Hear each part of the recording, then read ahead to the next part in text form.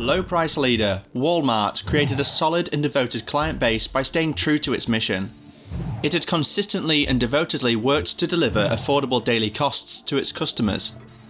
But why does Walmart's mega growth continue while its reputation is beginning to decline? The fact that Walmart topped the Fortune 500 list of most giant US corporations for the third time in a row validates what many have long suspected. This retailing behemoth is all-powerful and unstoppable. However, industry experts and others are starting to question some of Walmart's most recent initiatives, and the retailer's detractors cite recent complaints about its labour policies and aggressive negotiation strategies. Some caution that Walmart is not immune to the same dynamics that have caused at least 25 significant chain businesses to close their doors since 1980. Welcome to the Incredible channel, where we learn something new every day. Make sure to drop this video a like and subscribe to the channel. Without further delay, let's dive right in. Putting in blood, sweat and tears is not all it takes. It's just as important to work smart. Keeping the same notion in mind, on July 2nd, 1962, Sam Walton inaugurated his first Walmart store in Rogers, Arkansas. Have you ever considered opening a business? The enormous progress made by Walmart from a one-room store to a US-based multinational corporation serves as inspiration for aspiring entrepreneurs. How can you succeed in business by being committed to your goals? I hope this video will help you establish your business as an amateur entrepreneur. Walmart used a supply chain motif to transform retailing forever. Great value and customer service was Sam Walton's ventured business's guiding principle. Sam founded Walmart on the concept that true leadership depends on willing service, because he held this belief in high regard. He had always believed that the consumer was ultimately responsible for the business. He was also eager to explore novel business concepts and develop new talents. In 1992, President George W. Bush Jr. awarded Sam Walton the Presidential Medal of Freedom, one of the nation's top recognitions. Sam Walton was an original American who represented the entrepreneurial spirit and epitomized the American dream, said Mr. Bush. Quality brands offered at affordable costs in the rural areas of the United States, targeting lower-income customers, was the merchandising strategy during the initial days of the construction of the Walmart store.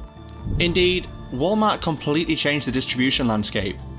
Success has always had its price. In October 1985, well-known Forbes magazine anointed Sam Walton the richest man in America. As Sam's business increased, he began considering launching a discount store. To properly drive his low-budget objective to the clients and give them a fantastic deal, he intended to maintain costs as low as possible on essential commodities like health and beauty products. Although the profit margins per item were lower than in traditional retail, the concept became more and more popular due to the increase in overall sales. Sam Walton once said, "Exceed your customers' expectations. If you do, they'll come back over and over. Give them what they want and a little more." Theft, also known as shrinkage, was one of the three key issues, according to Walmart US President Greg Foran, behind the retailer's decline in profit in the most recent quarter. Walmart stated that its quarterly profit decreased in a threatening way. According to Foran, lower than expected pharmacy reimbursements, a reduction in gross margin, and increased wages contributed to Walmart's earnings decline. To reduce theft, Walmart recently reinstated greeters at its doors. According to the Wall Street Journal, the corporation reportedly hired a fleet of asset protection client specialists, who will examine receipts as customers depart. Foran said half of the shrinkage at Walmart took place in the food departments, which is a matter of concern for the management.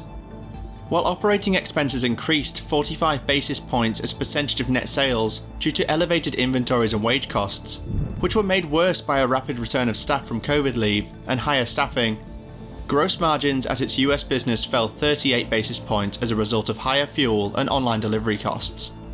During the quarantine period, sales drastically dropped around the globe, although Walmart's management took conducive measures to keep the business flowing. Walmart lowered its quarterly and annual profits forecast, claiming that rising prices are leading consumers to spend more on necessities like food and less on clothing, cosmetics, and electronics.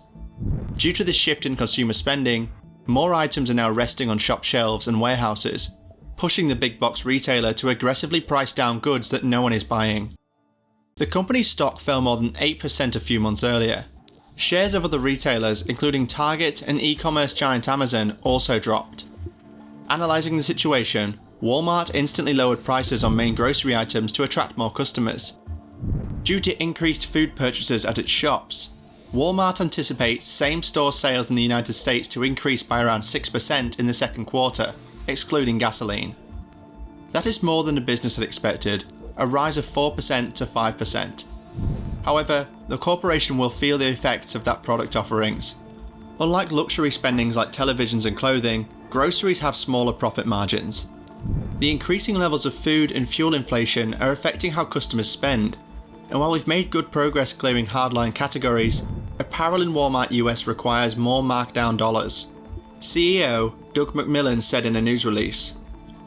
He stated that although back-to-school sales are doing well in the United States, the company expects a decline in general merchandise purchases in the year's second half.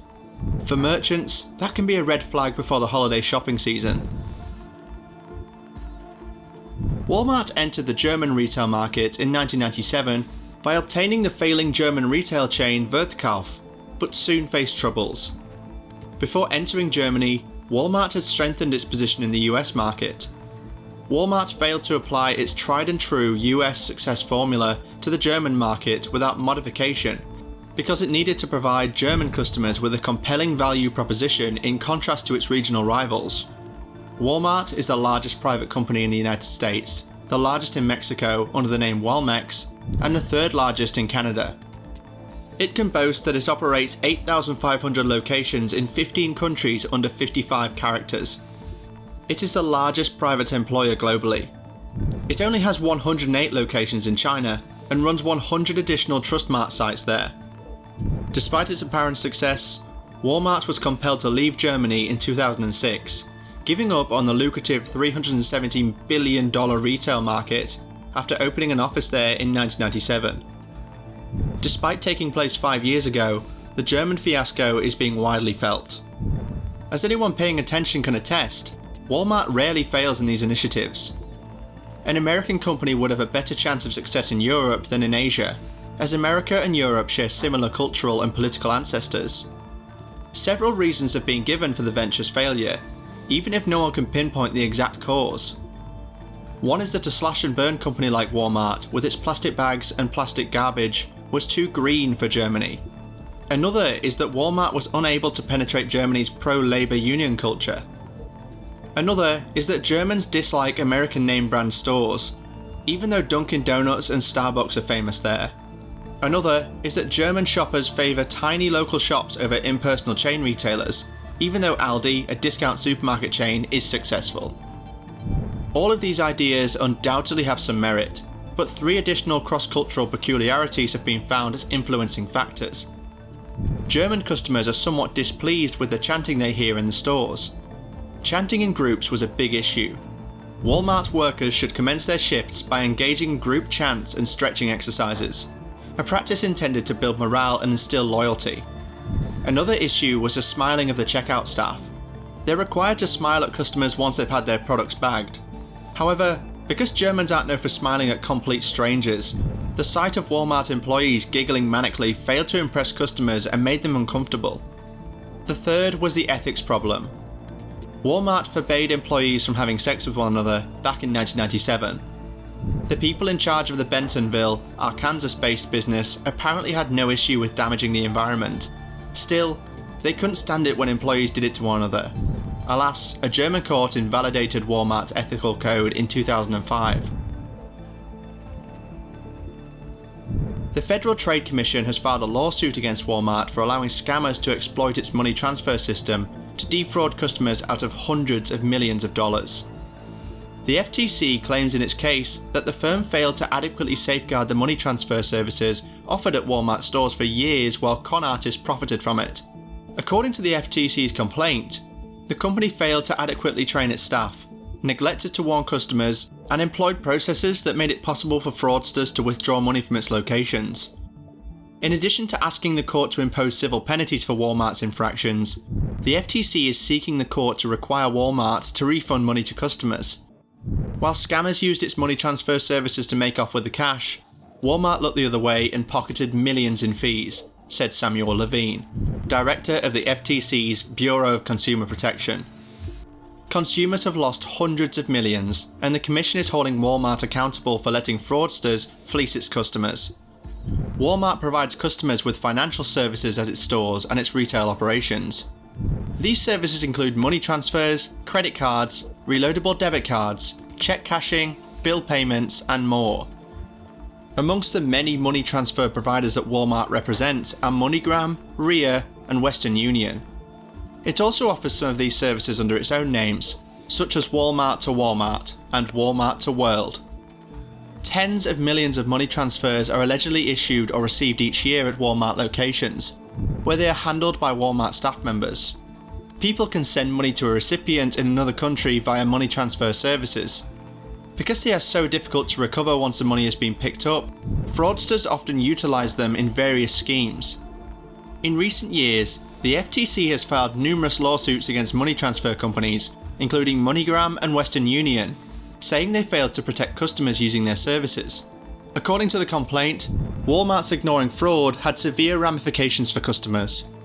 In numerous cases, according to the complaint, law enforcement investigations revealed that scammers relied on Walmart money transfers as their primary payment method, including telemarketing scams involving IRS impersonation, relative in need grandparent scams, sweepstakes scams, and other types of fraud.